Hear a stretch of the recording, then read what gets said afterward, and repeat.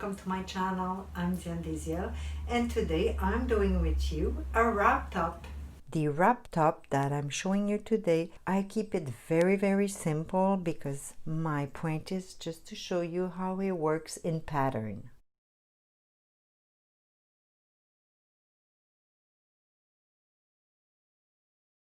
I'm starting with my basic block, and the only thing I'm going to do is, while tracing, I'm going to pivot the shoulder dart at the side seam to make it less apparent. Just like you could see, I already traced the new placement of my dart on my block, but this is a style line, so you could do it wherever you like. I suggest you do it in angle because it's less apparent. Just trace from the pivot to the contour of the block. Now to trace, I'm going to start right at the style line and trace until the first side of the dart at the shoulder.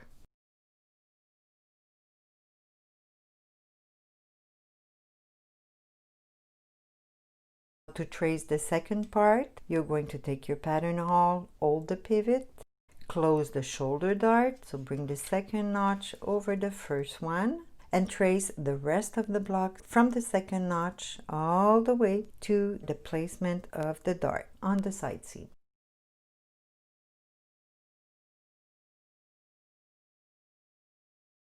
Because it's a wrap top, we're going to need the other side, the complete front. Take your block again, flip it, place it right next to the center front, and for that side you could just trace all around.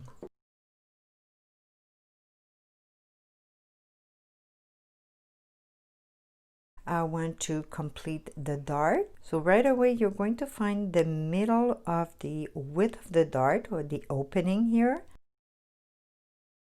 Then you're going to connect the pivot to the middle point.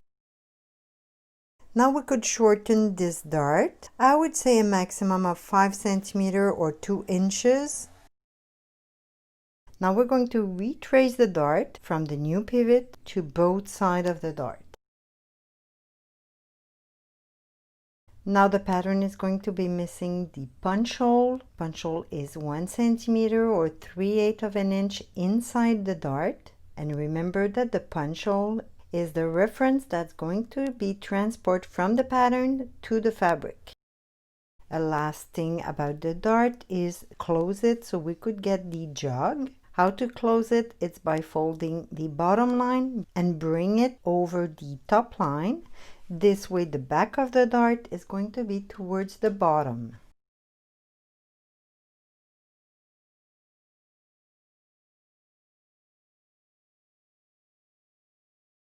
Once it's closed, you could trace your jog. Now we're going to elongate the bodice, and for today's example, I propose you to elongate by about 18 centimeters or 7 inches. Now we're going to complete the side seam. As you know, the waist is smaller than the hip level. With this 18 centimeters, we didn't reach the hip level, but we're close to. So if you don't want to get into trouble having the bottom of the shirt too tight, just elongate your center front and just use your block to report the width of the bust level on that line. And we just indicate it. Now we're just going to trace a little bit of the side seam square with the bottom. Now we're going to connect the side seam to this side seam bottom point. You will see that I will trace a stretch S shape. Now for the other side, we're going to do a straight line. And just to make room for the knot and the bow that we will do, I suggest that you trace your line about 4 centimeters or 1.5 inches inside the waist and side seam point, always square with the bottom.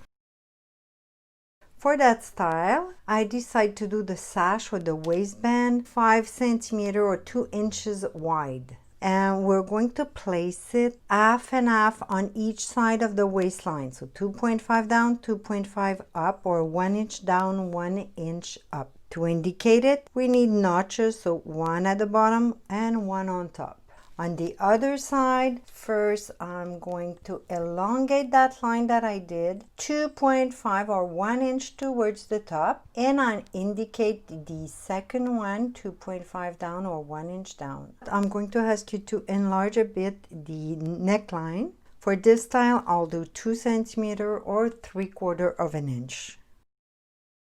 Now we're ready to do the neckline. You could go ahead and trace top part curving a little and bottom part curving a little also. I usually keep the middle part of the line straight, so I like to use my straight ruler, maybe place it about 1.5 inches away, like down, just like that, and trace the middle part. Then, just like I was saying, I'm going to do both sides.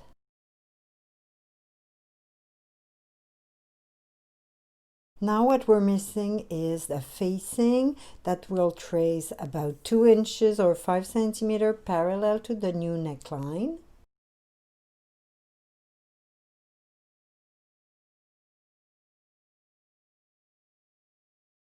With this style, I'm going to talk to you about another style line for the facing. Instead of doing straight like the one I just traced, I think this is a very good style to bring your contour of the facing line until the armhole instead of having it all the way up to the shoulder. It's going to force your facing to stay inside.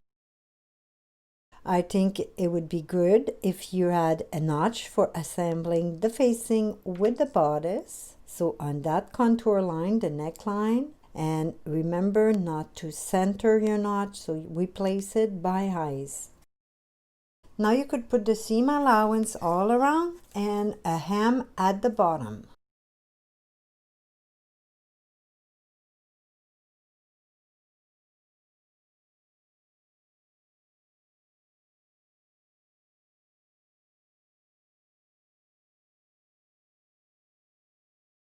Before to cut my pattern piece, I put another layer of paper under the area where I have the facing. I'm going to pin them together. Then I could cut all around.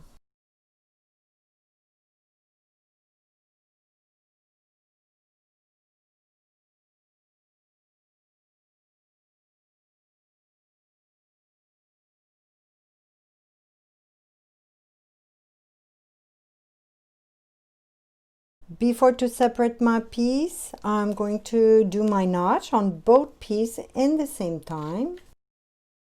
Also, I'm going to trace with the tracing wheel the contour line of my facing. Now, another thing, before I separate my piece, I'm going to talk about the grain line. First, for the major piece, the front piece, the grain line is going to be, as usual, the center front. That piece is going to be cut one pair, one for the left side, one for the right side. Now for the facing, you could decide to place the same grain line, so the center front, on your facing. But in that case, your facing should be fused. If you don't want to put fusible on your facing, I suggest you cut it with the grain line following the neckline. This way, the facing is going to stabilize the measurement or the length of your neckline, because on the bodice, it's almost biased. It stretches a lot. There's my facing, and just like I was saying, I'm going to place my grain line parallel to part of my neckline. This piece is also going to be cut one pair. Now for the contour, the last line I have to cut on my facing, I'm not putting any seam allowance because I'm not assembling this edge with anything. It's just going to be loose inside. Now for this simple style, I decided I'm going to do the complete pattern for once. I'm going to do a simple back, unfold of the fabric. So my pattern is going to be a half pattern. I'm placing my back block right on the edge of the paper, and I'm going to trace all around. Just like we did for the front, I'm going to elongate my bodice about 18 centimeters, the same thing I did in the front, or 7 inches. Just like we did for the front, to get the width of the bodice at the bottom, I'm going to use my back bodice, move the bust level down onto my 18 centimeter down line, just like that, and report the measurement. Now you do a little bit of the line square up. Then to trace the side seam, what I suggest is that you use your front pattern, maybe close your dart, and just report from the underarm point to the bottom and trace. The other thing that we did on the front that we have to do also on the back is to enlarge the neckline. We did measure 2 centimeters or 3/4 of an inch on the shoulder, and we'll do the same here.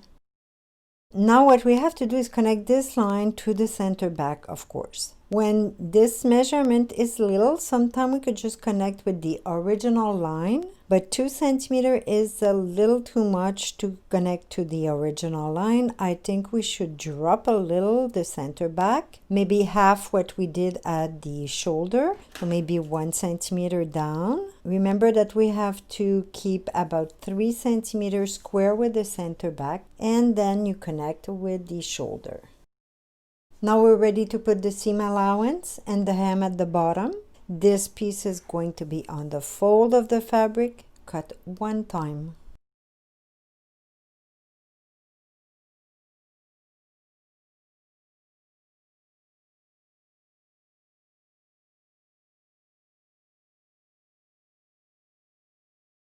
Now you have the 3 main pieces that are done. You have your back, your front, and your front facing. If you want, you could also make a back facing, same idea, 5 centimeter parallel. It's up to you. I think it's not necessary. You could finish the back neck with a inside bias, and you could use the same technique for the armholes. In my channel, you could find a video where I show you how to sew that neck bias. It's a sewing video because there is no pattern piece. Now the last pieces that we'll do are the sash or the belt. Those are rectangle pieces, so you could even decide to do it right away on the fabric. You don't really need pattern. I'm going to give you the measurement. You'll see there's 2 different lengths. The shorter one should be sewn on the right side, right here, and the longer one should be sewn on the left side, or the one that goes under, right here. On my front piece, I didn't take the time to do the notch for the dart. The notch to let the long sash coming out, so right here, and the hem notch.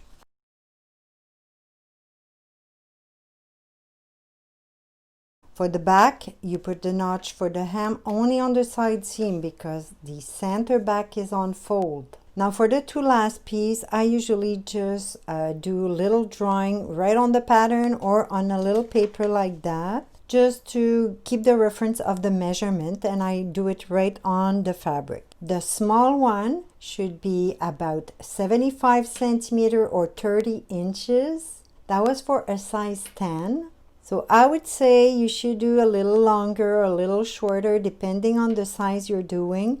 Maybe add or subtract 4 centimeters per size or 1.5 inches per size. The width of that waistband, 12 centimeters wide or 5 inches. And this piece should be cut the length parallel to the grain line.